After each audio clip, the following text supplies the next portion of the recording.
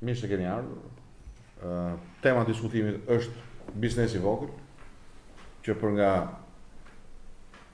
numri të punësuarve, të vetë punësuarve, është shtylla kurrizore e ekonomisë aktuale dhe që vuan më shumë se çdo sektor tjetër pasojat e korrupsionit që janë emigracioni, pra zbrazja e vendit, që do të thotë rënja e numrit të konsumatorëve, bashkë me rënjen e fuqisë blerëse të konsumatorëve që kanë mbetur, si dhe pasojat e tjera që kanë të bëjnë me klimën jo konkurruese, me abuzivizmin dhe shpërdorimin e pushtetit nga institucionet shtetërore, qofshin to qendrore apo lokale.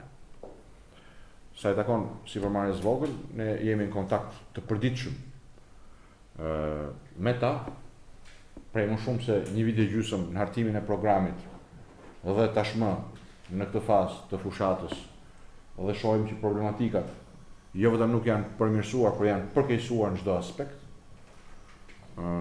Pothuajse gjitha tregjet që kemi vizituar në Tiranë dhe në vende të tjera, qytete të tjera të Shqipërisë, problemi kryesor është rënja dramatike e xhiros, që vjen si rezultat në radhë parë i paksimit të blerësve, sepse vendi është zbrazur, dhe në radhë dytë i rënjes së fuqisë blerëse të atyre blerësve, të atyre konsumatorëve, për shkak të paksimit të ardhurave.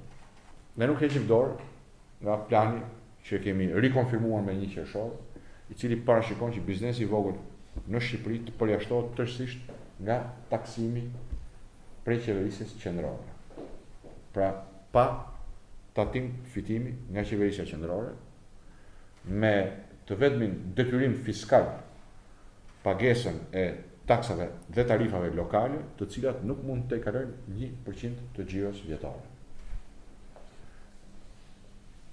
Sigurisht që kjo është një frymarrje për biznesin e vogël, por është e pamjaftueshme nëse ai vazhdon të përballet me rënje të vazhdueshme të xhiros, të fuqisë blerëse dhe si rezultat edhe të marzheve të fitimit. Kështu që ky hap, bashkë me hapin tjetër që eliminon de facto, pothuajse 100%, abuzimin e institucioneve shtetërore, inspektoriateve, policive, lokale, qendrore, gjithçka tjetër, që është vendosja e pullës fiskale në ambientet e jashtme të biznesit të vogël, që pamundson apo e bën të paligjshme praninë e çdo nëpunësi tatimor apo çdo lloj tjetër me pretendimin se po bën kontroll, e gjitha kjo nuk mund të kuptohet pa një përpjekje shumë të madhe për shëndoshjen e ekonomisë në tërësi. Dhe këtu, pavarësisht se biznesi i vogël nuk preket, taksa e sheshtë 9% që vlen për pjesën tjetër të biznesit, ka për qëllim që duke ulur barrën fiskale, duke i dhënë më shumë stimuj financiar biznesit, qoftë për të investuar dhe riinvestuar, qoftë për të kaluar një pjesë që sot duke kalon dot për shkak të pamundësive ekonomike, tek pagat apo stimujt financiar, shpërblimet për punëmarrësit, të ndihmojë, jetë një aspekt që ndihmon në stabilizimin dhe hapi tjetër rritjen e konsumit, që do të thotë më shumë para në treg, më shumë para në xhepat e qytetarëve, më shumë para në xhepat e konsumatorëve, më shumë blerje produktesh dhe shërbimesh, më shumë qarkullimi i lekut, pa diskutim, kjo do të ndihet edhe tek biznesi i vogël. Nga do që të rrotullohemi, asnjë politik vizionare, afatgjatë dhe efektive nuk mund zbatohet, nuk mund ekzekutohet në mungesë të vazhdimit të mbështetjes për spakun dhe luftës kundër korrupsionit, sa i takon dhe qeverisjes ashme. Vetëm avancimi i mëtejshëm i reformës në drejtësi, fuqizimi i spakut,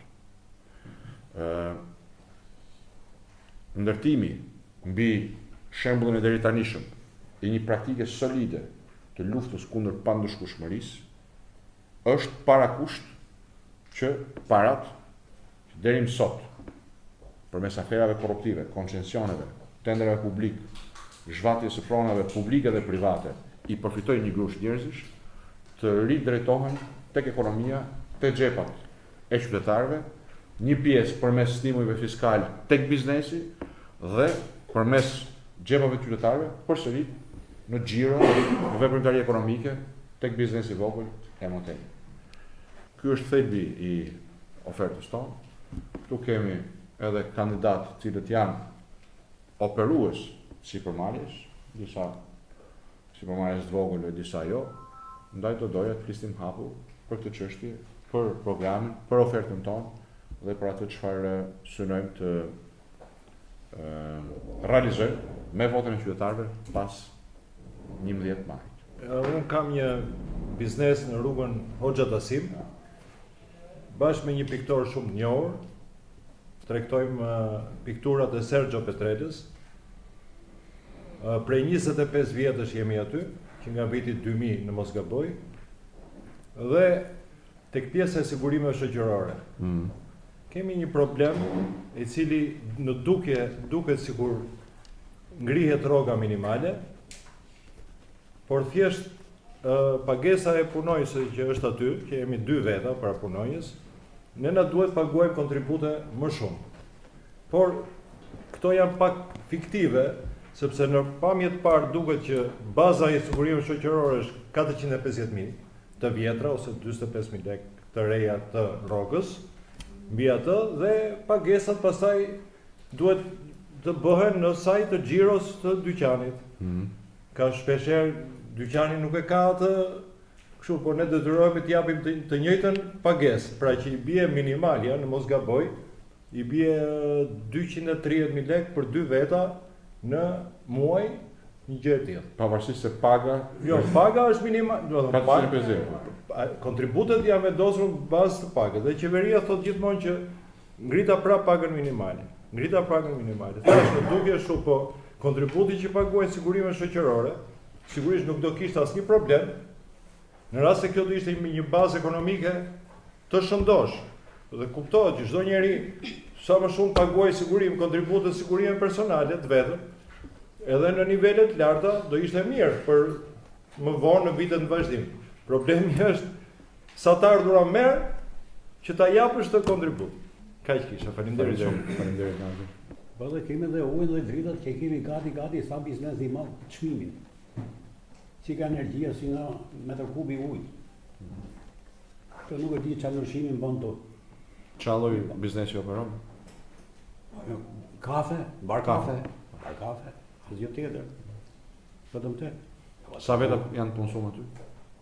Një vetë. Djali është aty edhe që ka marrë kamarierin. Po. Ka që no, edhe ato tapimet e sigurimeve shumë të larta megjithatë. Çfarë biznesi operon? Unë operoj për larje tapetash, lëviztash. Sa kohë që operon? Kam 2 vjet. Vetëm 2 vjet. Po, ndërsa për lokalin mëngjesore kam 25 vite. Po. Tani, peshën kryesore të rritjes biznesit vogël e ka vetë sipërmarrësi. Por edhe nga ana e shtetit duhet nxitje edhe mbështetje nga ana e shtetit.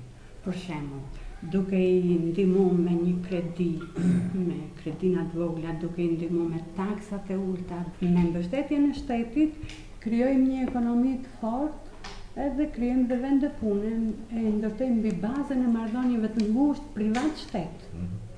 Sa herë në muaj merresh me këto që më me letrat në buroshlacimet e shtetit? Edhe merresh vetë apo duhet marrësh dikë? Me letrat, për shembull, e hapa një biznes edhe në rast se ti don ta mbyllish se nuk të hecën, ato e hapin biznesin dhe nuk ta mbyllin më.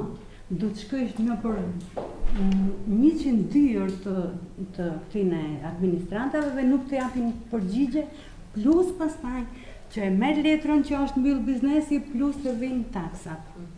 Ka 2 vjet që e kam mbyll një biznes, edhe prapë më vinë taksat, edhe më vinë me gjoba, edhe akoma nuk është mbyll. Unë personalisht kam pasur një çastje direkte tek bizneset e vogël, sidomos vitin e fundit, për shkak të një aktiviteti mediatik që ka zhvilluar pikërisht për biznesin e vogël, dhe më duaj të dëgjoja histori të ndryshme të qytetarëve dhe të personave adekuat, të cilët kishin vendosur gjithë punën e tyre, forcën e tyre familjare, punën e ndershme dhe të gjithë aktivitetet e tyre ekonomik për të realizuar një ëndër, një qëllim, një aktivitet të cilën e kishin pasur, dhe kur i dëgjoje në pjesën tjetër të gjithë punës që ata paraqisnin, gjithmonë me dëshirën për ta zhvilluar dhe vullnetin e madh, i dëgjoje që ishin shumë të lodhur nga burokraciat e tepërta që kërkoheshin nga shteti, nga mos dhënia një dore, mos mbështetja, domethënë për të qëndruar pranë dhe për të nxitur ata që fuqimisht të zhvillohen, por gjithsesi ata pavarësisht mënyrave të tyre se si kanë qëndruar të fortë dhe asnjëherë nuk kanë gjetur një rrugë apo një mënyrë për të kërkuar një ndihmë nga qeveria, sepse në fund të ditës çfarë vlere ka kur shteti nuk fuqizon dhe nuk ndihmon bizneset e vogla që janë burimi kryesor i forcës punëtore. Çfarë lloj biznesi arritet të studiosh apo investosh? Kisha restorante, hotele, kisha make-up artiste, domethënë kështu, tip parukeri, zonja që shumë të apasionuara të vetë punësuara dhe me shumë mund dhe djerës, domethënë kishin ngritur ato biznese dhe të vinte realisht keq se si në prepasketën e asaj gjëje fshihej qeraja, fshiheshin taksat qeraja shumë të larta, taksat shumë që vinë dhe si të thush gjithmonë në shumë mënyra se si më tregonin ato të gjitha vështirësitë që hashin, vërtet të gjendeshin në një foje me vete se si a dalin, domethënë që t'jesh dhe të mbash punonjës dhe të trajtosh mirë punonjësit dhe të sigurosh atyre paga të larta, sepse në fund të ditës, domethënë ata janë punonjës, janë qytetarë të këtij vendi, ka gjetur një vend pune aty dhe është faturat të gjitha faturat tek pronari, tek personi që e ka ngritur gjithë atë biznes dhe mezi po arrin ta çojë përpara në një farë mënyre. Vetë koalicioni duhet fokusohet shumë që t'jap një dorë, një shtys, një mënyrë për të rinj që duan të hapin supermarkete të reja. Kjo është. Ne shohim nëpër dyqane sot që ka mbetur prindërit e atyre që kanë ikë jashtë shtetit dhe i mbajnë ato për të mbajtur frymën ose për të qëndruar, për treguar që janë gjallë. E curia dhe mbarvajtja e biznesit në një farë mënyrë reflekton edhe dinamizmin e shoqërisë. Sa më dinamik të jetë biznesi i vogël, aq më dinamike duket dhe shoqëria dhe aq më entuziazëm ka shoqëria. Duhet bëjmë akte edhe ligje dhe rregulla standarde dukshëm në favor të biznesit, ta ndjej biznesi këtë gjë me qëllim që ekonomia të shpërthejë, jo të mbetet në këtë situatë siç është. Ju falenderoj. Biznesi i vogël ka disa probleme që ka lidhje me sigurinë shoqërore, vetë me taksat e pushtetit vendor, që për mendimin tim janë shumë të larta, janë të papërballueshme. Ne kemi qenë vetë, kemi detu, ju keni qenë kryetar bashkia, kryetar mini bashkia dhe me sa mbajmë mendun atë ne premtuam që do t'i heqin disa taksa diku 50%. Jo, ulëm me 30% dhe hoqëm 55%. Hoqëm 55 taksa dhe ulëm me 30% taksat dhe biznesi i vogël në atë kohë mori një firmarje dhe përjashtum një pjesë të mirë të artit dhe të shitjes luleve. Eksakt. Librarit, dyqanet e luleve apo dyqanet që shesin vepra arti ishin përjashtuara. Pati biznesi i vogël pati një firmarje goxha të mirë në atë periudhë kohe. Kështu që gjej rastin që ti bëj një thirrje biznesit vogël që ta shikoj këtë gjë, na dëgjoj. Ne kemi dhënë provat që për ato gjëra që flasim e mbajmë fjalën. Bëthirët na votojnë, na besojnë se po s'na votojnë, po s'na besojnë, normalisht nuk kemi mundësi dhe ne që të themi fjalën tonë aty ku duhet. Faleminderit. Politika nuk është që favorizon bizneset e vogla. Janë thjesht goditëse. Ose edhe më shumë këta punonjësit në thonjza mund të thuajmë edhe se kse ku e ku të kapin në vendosim ndonjë job në diçka.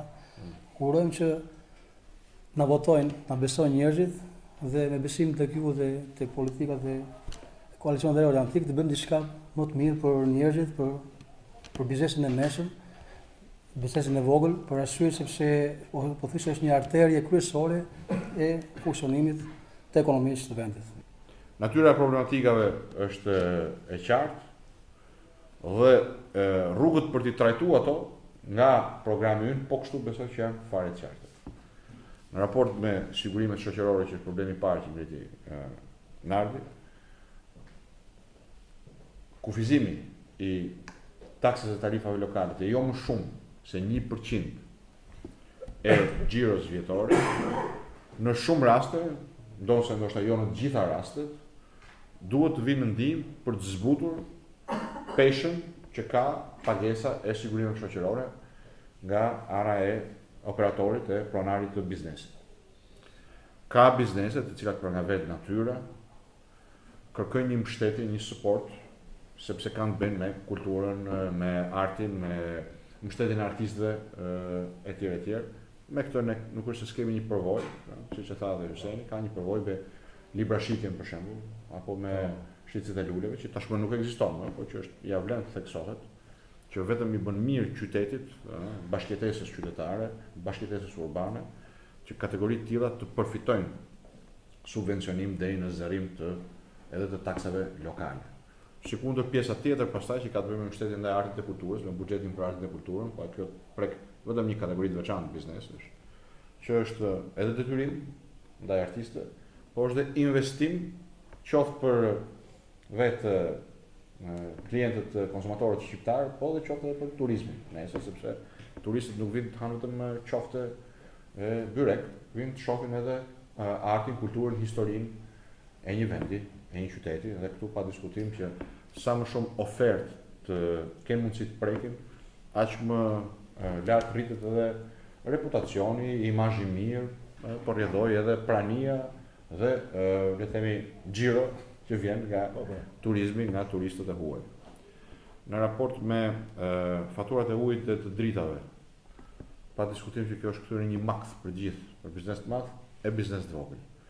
Dhe kjo për arsyeën e thjeshtë që si në rastin e sigurimeve shoqërore, si në rastin e gropës në abuzimet në korporatën elektroenergjetike apo në SHE, burimi i parë që i shkon mendja një shteti abuziv është ta mbushë gropën nga xhepat e biznesit vogël. Se me ata që janë dhe konsumatorët më të mëdhenj, zakonisht pushtetarët janë në marrëdhënie korruptive. Dhe fusin dorën në xhepat e tyre, ju duket vetë sikur fusin dorën në xhepin e vet. Që nxjerrin shkopin, nxjerrin çomangën e madhe dhe i bin biznesit të vogël.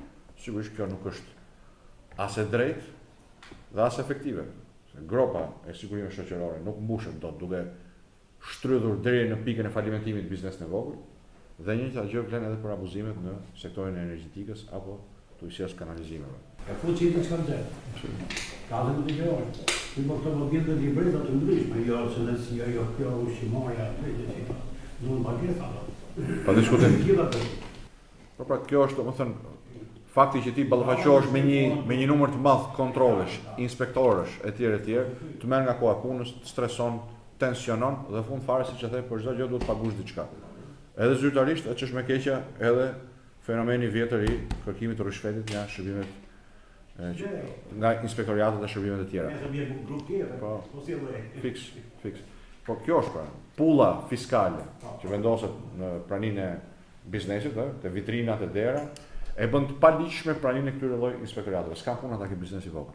Pa ka hallet e veta, halli kryesor është rënja e konsumit, se ka ra fuqia blerëse, se kanë ikë njerëzit, keni dhe ata në qafë. Ajo është një postoblok, një ndalim kalimi për këta njerëz, të cilët nuk përfaqësojnë një politikë drejt shtetërore, po përfaqësojnë anën më të errët që është korrupsioni. Dhe, siç e thash, edhe në raport me abuzimet në sektorin e energjisë apo gropën në sigurimet shoqërore, zgjidhja nuk është të rrjepin biznesin e vogël, por të luftojmë korrupsionin. Sigurisht stimulli do të ketë, në veçanti për bizneset e hapura nga të rinjt dhe bizneset e operuara nga gratë, në politikën në planin ton për në mbështetje të grave, por dhe në stimulimin e sipërmarrjes rinore, kemi parashikuar subvencione, nuk janë subvencione luksoze, po janë mjaftueshëm për t'ju inkurajuar në vend që t'ju dekurajojnë për të marrë përsipër atë biznes, atë sipërmarrje në cilën të rinjt apo gratë janë apo dëshirojnë të futen. Dhe për të ardhur ajo që tha Pllumi që nuk ka pse shteti të jetë ballë për ballë me egërsi përballë biznesit, mjafton mos të jetë ballë për ballë, pa mundësisht i hedh pak dorën në shpinë kur i thon, dhe biznesi krijon një klim pozitive, siç e tha edhe zotëria, dhe ajo klim pozitive, pozitiviteti, domethënë energjia pozitive te biznesi i vogël, më njëherë reflektohet ajo dinamik, më njëherë reflektohet pastaj edhe te konsumatorët dhe i përcjellet gjithë, si më thënë, klimës ekonomike në vend. Shumë e rëndësishme dhe arrihet thjesht dhe vetëm duke pas një klim miqësore dhe jo një klim armiqësore, qoftë në raport me pranin dhe me mesazhet që jep administrata, qoftë në raport me gjobat apo rrushfetet apo nivelin e taksimit. E rëndësishme është kuptohet që kjo nuk mund vi dhe as nuk do të vi nga qielli. Kjo kërkon së pari dhe mbi të gjitha një përkushtim në luftën kundër korrupsionit. Korrupsioni krijon këto gropa, parat që thith korrupsioni përmes aferave korruptive, parat që shkojnë në xhepat e shokëve të Ramës, kjo 7.313, janë gropat të cilat pastaj mundohen të mbushin me pikat e djersës e të sakrificës së biznesit vogël. Kjo duhet marrë fund dhe me votën për koalicionin Euroatlantik me 11 maj, për numrin 4, kjo do të marrë fund. Ky është zotimi ynë ndaj biznesit vogël dhe ndaj familjeve shqiptare.